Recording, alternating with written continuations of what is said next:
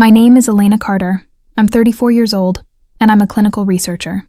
I've spent my career studying the intricacies of the human mind, analyzing behaviors and patterns, but nothing prepared me for the emotional manipulation that would unfold in my own life. It all started with a small, almost insignificant slip. One night, my husband called me by his ex's name in his sleep. At first, I brushed it off. Maybe he was just tired or confused. But as time went on, I started to realize it wasn't a mistake. It was a carefully orchestrated move to remind me I was never really the one. I was just the placeholder. I'd been gaslit, breadcrumbed, and manipulated into believing I was crazy. And yet I stayed quiet. I convinced myself it was nothing, that I was overreacting. But hearing her name in his sleep, that was the moment I couldn't ignore anymore. If you've ever felt stuck in a relationship like this, hit subscribe. You're not alone. Because the truth is, the game isn't just about love. It's about control. And once you see it, you can never unsee it. It wasn't always like this. When we first met, it felt like I'd finally found my person. Liam was everything I wanted, charismatic, charming, and endlessly attentive. At first, it felt like I was the center of his world. He showered me with affection, little gifts, and constant praise. I thought I was chosen. I thought I was special. But looking back, that was just the love bombing, a tactic he used to reel me in. He made me feel like I was everything to him, like I was the only one who truly understood him. But the problem with love bombing is that it's never real. It's a mask, a well-crafted performance meant to make you believe you're the answer to all of their problems. In the beginning, the relationship was perfect. At least that's what I thought. We'd go on spontaneous trips, have long talks about our dreams, and spend hours laughing. I believed we were building something real, something lasting. He would talk about our future, the house we'd buy, the life we'd share, and it felt so genuine. I believed in him. I believed in us. But then the cracks started to show. Slowly. So slowly, I didn't even notice at first. It was the little things, the subtle shifts in his behavior that I couldn't quite place. He'd forget important dates, like my birthday or the anniversary of our first date. But when I confronted him, he'd apologize profusely and tell me how much I meant to him, making me feel like the problem was my own insecurity. He'd never intentionally hurt me. I was just being too sensitive, he'd say, and I believed him. He made me doubt myself, my worth, my very perception of reality. The first real red flag came one evening when we were sitting in the living room. He had his phone in his hand, scrolling through it absent-mindedly, and I caught a glimpse of a text message. I didn't mean to look, but I couldn't help it. There, in black and white, was a message from his ex, Anna. The message was casual, just a, "Hey, how are you?" But there was something about it that unsettled me. When I asked him about it, he brushed it off immediately. "It's nothing," he said. "She's just a friend from a long time ago. Don't worry about it." I should have trusted my gut. I should have asked more questions, pressed him for answers. But I didn't. I let it slide. Told myself I was overthinking, that I had no reason to be suspicious. But the thing with toxic relationships is that those early signs don't just go away. They build, slowly, subtly, until you're drowning in them. After that night, I started noticing more small things. He'd get distant when I needed him most, pulling away when I tried to talk about our future. He would cancel plans last minute or suddenly be too busy to spend time with me. When I tried to bring it up, he'd accuse me of being clingy, of not trusting him enough. The cycle of confusion, frustration, and self-doubt was relentless. It was like living with someone who was both there and not there at the same time. He'd show up physically, but emotionally he was distant, always keeping something just out of reach. And then, when I started to question it, when I started to get the courage to ask him what was really going on, that's when the gaslighting started. "You're imagining things, Elena," he'd say. "You're overthinking it. I'm not doing anything wrong. It's all in your head." And like a fool, I believed him. Every time. He made me feel like I was the crazy one, the one who couldn't handle a normal relationship. I began to wonder if maybe I was just too much. Too needy, too demanding, too crazy. But deep down, something didn't feel right. I couldn't shake the feeling that I was being played, that this was a game he was playing with me, a game where I would lose, no matter how hard I tried. The turning point came when I started to notice the patterns. It wasn't just small things anymore. It wasn't just missed dates or casual phone conversations with his ex. This was bigger. This was manipulation on a scale I couldn't ignore. Every time he'd pull away emotionally, I'd feel like I was losing him. Every time he'd gaslight me, I'd begin questioning myself. But every time I'd ask, every time I'd try to talk about it, the answer was always the same. You're imagining things. You're overthinking. That's when I started keeping track. I never thought I'd become the kind of person who'd keep a mental log of every red flag, every moment where he pulled away or made me feel crazy. But I couldn't stop myself.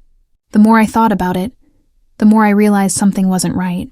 I couldn't trust him, but I also couldn't trust me. I was beginning to lose myself, to lose my grip on reality. So I started writing it all down. The odd behaviors, the patterns, the inconsistencies, the sudden absences, the coldness, and the worst of all, the fact that he kept calling me by her name. Every time he did, it was like a dagger to my chest, but I couldn't ignore it anymore.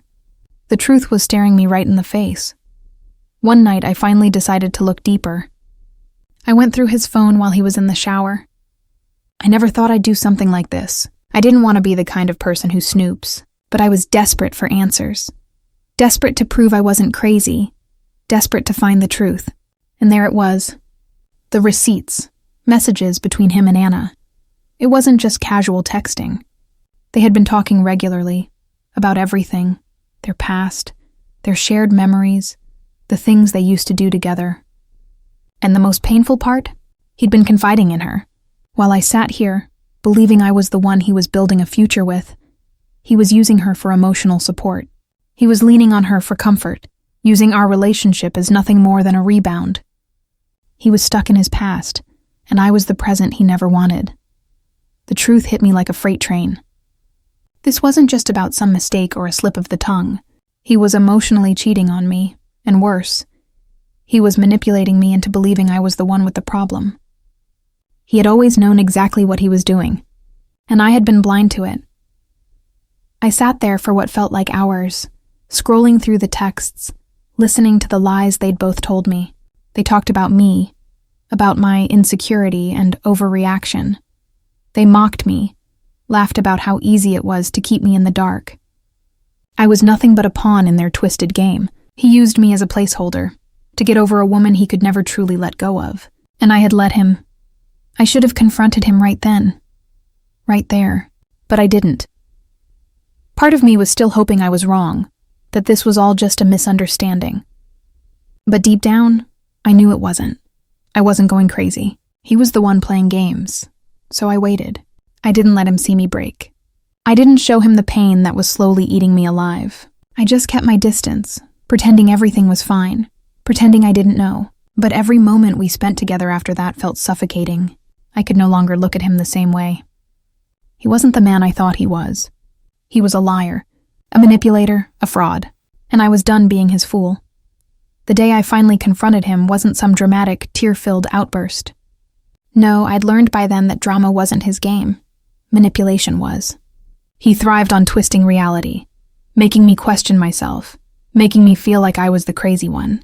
I wasn't about to give him that power anymore. I was done. I had all the evidence now. The texts, the voicemails, the receipts. Every single thing I'd kept hidden in the back of my mind was right there in front of me. The truth wasn't some abstract feeling anymore. It was a stack of lies, neatly packed into messages and timestamps that didn't lie. He couldn't deny it anymore. I waited until the evening, after dinner, when he was sitting on the couch, scrolling through his phone.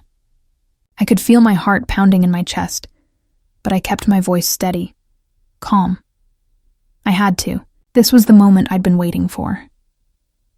"Liam, we need to talk," I said, my voice almost too calm for what I was about to drop on him.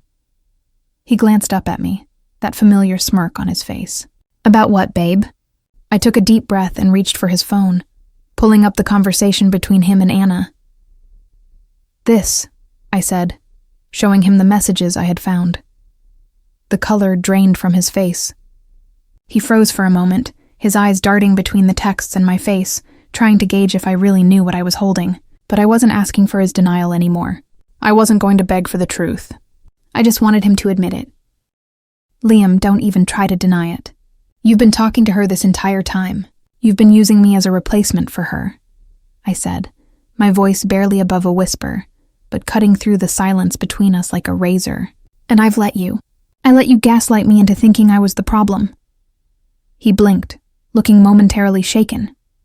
But then it happened. The familiar move. He began to play the victim. Don't do this to me, Elena. You're overreacting, he said, leaning back against the couch, his voice rising in frustration. This is just a bunch of nothing. Why are you making this such a big deal? It's not like that at all. I could feel the anger bubbling up in my chest, but I stayed composed. I had practiced this moment over and over in my head. I wasn't going to let him spin this into something it wasn't. You've been talking to her about me, Liam. You've been mocking me. You've been using my pain to soothe your own. And now you want to sit here and gaslight me? Like I don't see exactly what's been going on? I took a step back, my voice steady despite the storm inside me. You've been using me as a backup while you held on to her. And you didn't think I'd ever find out? His expression shifted again, from defensive to manipulative. You know what? Fine. If you want to play the victim here, go ahead. But I am the one who's been betrayed. You don't trust me. You've been paranoid and distant for months. You're the one with the problem. There it was. His classic move.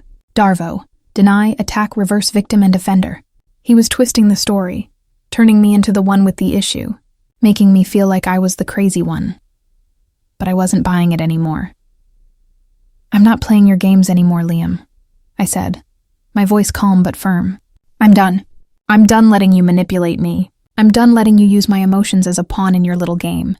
I'm done pretending everything's fine when I know you've been emotionally cheating on me this entire time. There was a moment of silence, and I could see his facade cracking. But instead of trying to manipulate me further, he just stood up. His face was cold now, his eyes narrowed. If you're really done, then fine. You want a divorce, Elena? Let's get one. I didn't even flinch. It wasn't a victory. It wasn't even a relief. It was just the reality setting in. The man I'd loved, the man I thought I knew, had been lying to me all along. And I was done. He left that night. It was almost too easy. Like he was waiting for me to finally call it quits. I packed his things for him, left them by the door, and shut it without a word. He didn't fight me, didn't beg for another chance. He just left, as if he'd already checked out a long time ago. But I wasn't heartbroken. Not anymore. I was free. Finally. The days after he left were a blur, a mix of shock, anger, and confusion. I thought I'd feel relieved, like the weight of his manipulation would lift off my chest the moment he was gone. But it didn't happen like that. The house felt too empty. The silence was suffocating. I kept expecting him to call, to beg for forgiveness, to come back with that familiar charm that had always pulled me back in. But he never did. Instead, I spent the first few days staring at the walls, going over everything in my mind again and again. How did I not see it? I'd been so sure of us, so convinced that our bond was unbreakable. I thought love was enough. But love isn't enough when the person you're with is playing you for a fool. I was in a constant state of numbness, moving through the motions but not really living. The first real emotional blow came when I saw his ex's picture on social media. She was in the same restaurant we'd gone to for our anniversary, smiling as if she had everything I'd wanted. The caption was simple. Some connections never fade. I felt like the ground had been ripped out from under me. It wasn't just about him leaving. It was about everything he'd taken from me.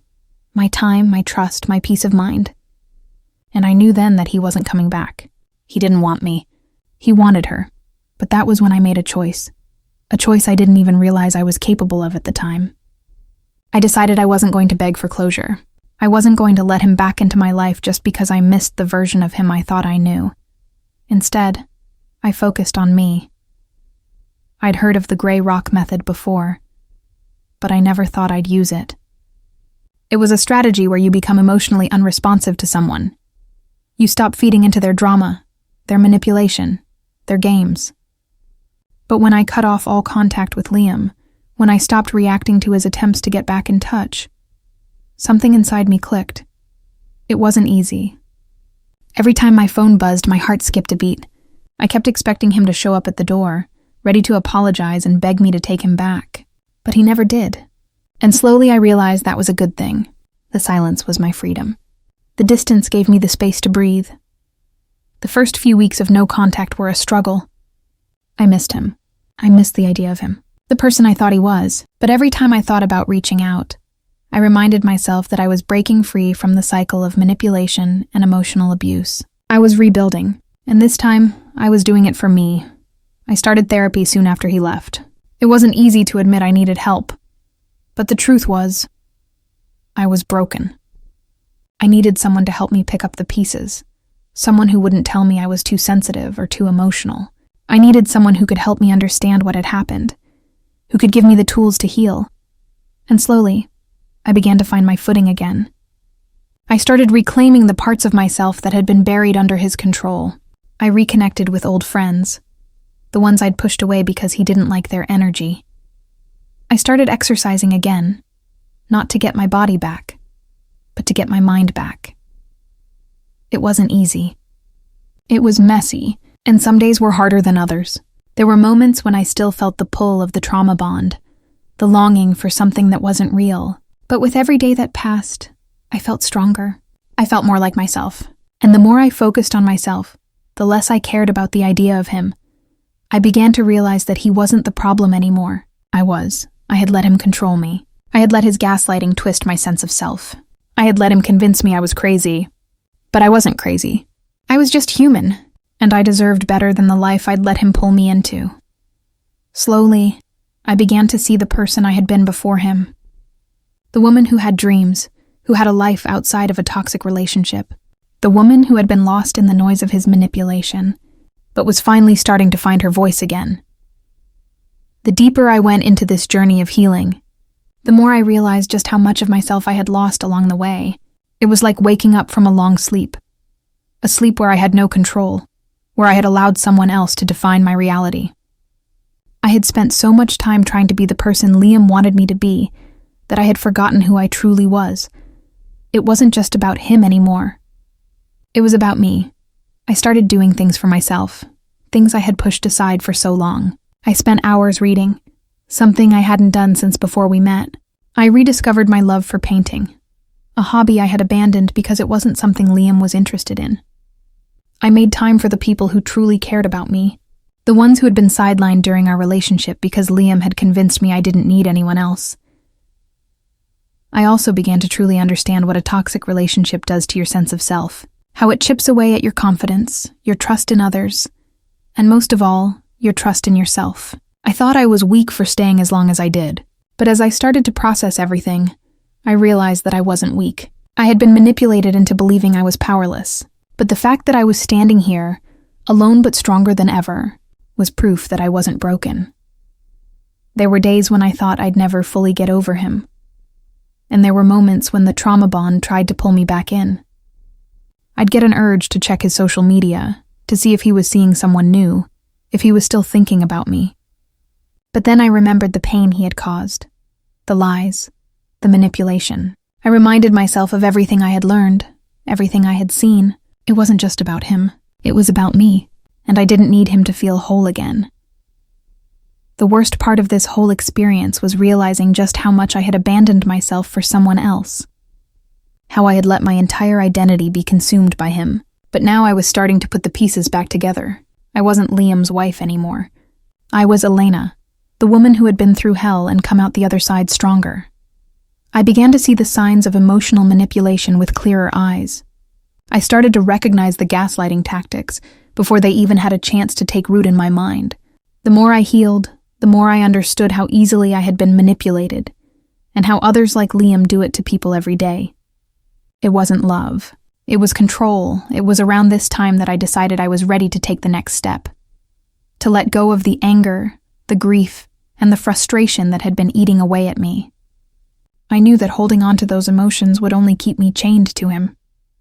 I had already broken free physically, but emotionally, I was still tied to the past. I started doing the hard work of forgiving myself, for staying, for ignoring the signs, for giving him the benefit of the doubt when he didn't deserve it. It wasn't about forgiving him. I didn't need to forgive him for his sake, but I needed to forgive myself so I could move on. I wasn't perfect, but I was learning to love myself again. That's when the real healing began. I didn't need him to validate me. I didn't need anyone to tell me I was worthy. I had already learned that I was worthy of love and respect. That I deserved a partner who would value me, who wouldn't use my vulnerabilities against me. The truth was, I had always been enough. He had just made me believe I wasn't. Slowly, I started feeling the weight lift off my shoulders. The days grew brighter. The darkness I had lived in for so long began to fade. And I could see a future where I wasn't defined by my past. I was no longer a victim of manipulation. I was a survivor. And now, as I sit here, reflecting on everything that happened, I can say with certainty that I am finally at peace. Not because I have all the answers, but because I've stopped asking the wrong questions. The question wasn't, why did he do this to me? The question was, what am I going to do now? And the answer was simple. I'm going to live. It's been months now.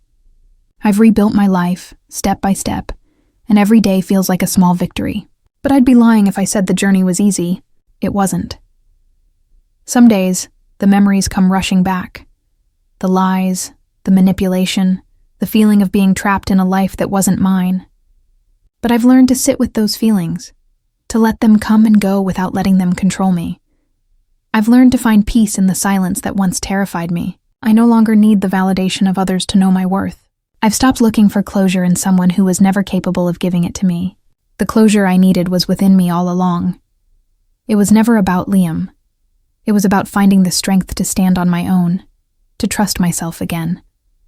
I didn't need his apology, his recognition, or his approval. All I needed was to forgive myself. I needed to stop blaming myself for everything that went wrong, to stop holding on to the shame and guilt of being manipulated. I needed to see that I was worthy of love. Not just from others, but from myself. There was a time when I couldn't imagine living without him, when I believed that my entire existence was tied to him. But now, I see how much bigger the world is than one person's betrayal. I'm free, not just from him, but from the emotional chains that had held me captive for so long. I've started dating again, not because I feel like I need someone to complete me, but because I want to. I want to share my life with someone who will treat me with respect, someone who won't try to control me or play games with my heart. But more importantly, I've learned to love being on my own. I've learned to enjoy my own company, to find fulfillment in the things I do for myself. The hardest part wasn't leaving him. The hardest part was leaving the version of myself that had allowed all of this to happen. The part of me that had believed I wasn't enough, that I wasn't worthy of real love. But that version of me is gone now. She's been replaced with someone stronger, someone who knows her worth and isn't afraid to stand up for herself. I don't think about Liam every day anymore. In fact, I barely think about him at all. There was a time when I was consumed by the idea of him, of what we could have been, of how it all fell apart. But now I see him for what he really was. Someone who never truly saw me, never truly valued me. And that's the key to my freedom. I don't need him to validate my worth anymore. I know who I am. Some people might call this a new beginning, and maybe it is, in a way. But for me, it feels more like a return to myself, to the person I was before the manipulation, before the gaslighting, before the trauma. I feel like I've come home to who I've always been, and for the first time in a long time, I'm not afraid of being alone. Because being alone doesn't mean I'm lonely. Being alone means I get to decide who I let into my life, and that decision is mine, no one else's. I've come to realize that sometimes peace isn't about having all the answers. Sometimes it's about accepting that some questions will never have an answer, and that's okay. The peace comes when you stop trying to force closure, stop begging for an apology, and start creating the life you deserve on your own terms. If you're still in the middle of this journey, still questioning your worth, wondering if you'll ever feel whole again, know this: you will. It won't happen overnight. It might take longer than you think. But every day you spend healing, every step you take toward reclaiming your life, is progress. You are not defined by the toxic relationships that tried to break you. You are defined by your strength, your resilience, and the love you give yourself. And when you finally do reach the other side, when you look back at everything you've been through, you'll see that the person you've become, the person you are right now, is someone who is far stronger than the person you were before. That person never would have made it through this journey. But you did. I didn't win. I didn't get revenge. But I got something far more valuable: peace. The hardest part of healing isn't the leaving. It's letting go. Letting go of the lies, the false hope, the pieces of yourself that you gave away in exchange for someone else's love. But now, looking back, I realized something important. I wasn't losing myself. I was finding myself again. There were days when I wanted to reach out, to ask him why, to beg for the closure he'd never give me.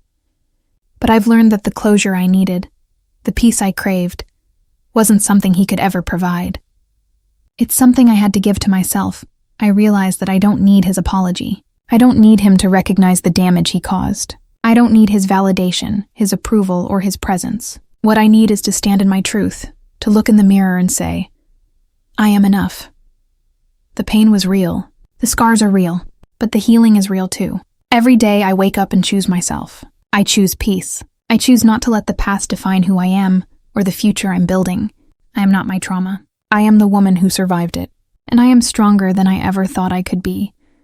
I've learned that healing isn't linear. It's messy. Some days I still feel the ache of what I lost. But then I remind myself that what I gained is far more valuable. I gained my voice. I gained my confidence. I gained the freedom to choose my own path. If you're still in the trenches, feeling like you'll never escape the pain, please know this: you will. The road is hard, the nights are long, but each step forward, no matter how small, is a victory. You are not stuck. You are just in the middle of your story, and the ending has yet to be written.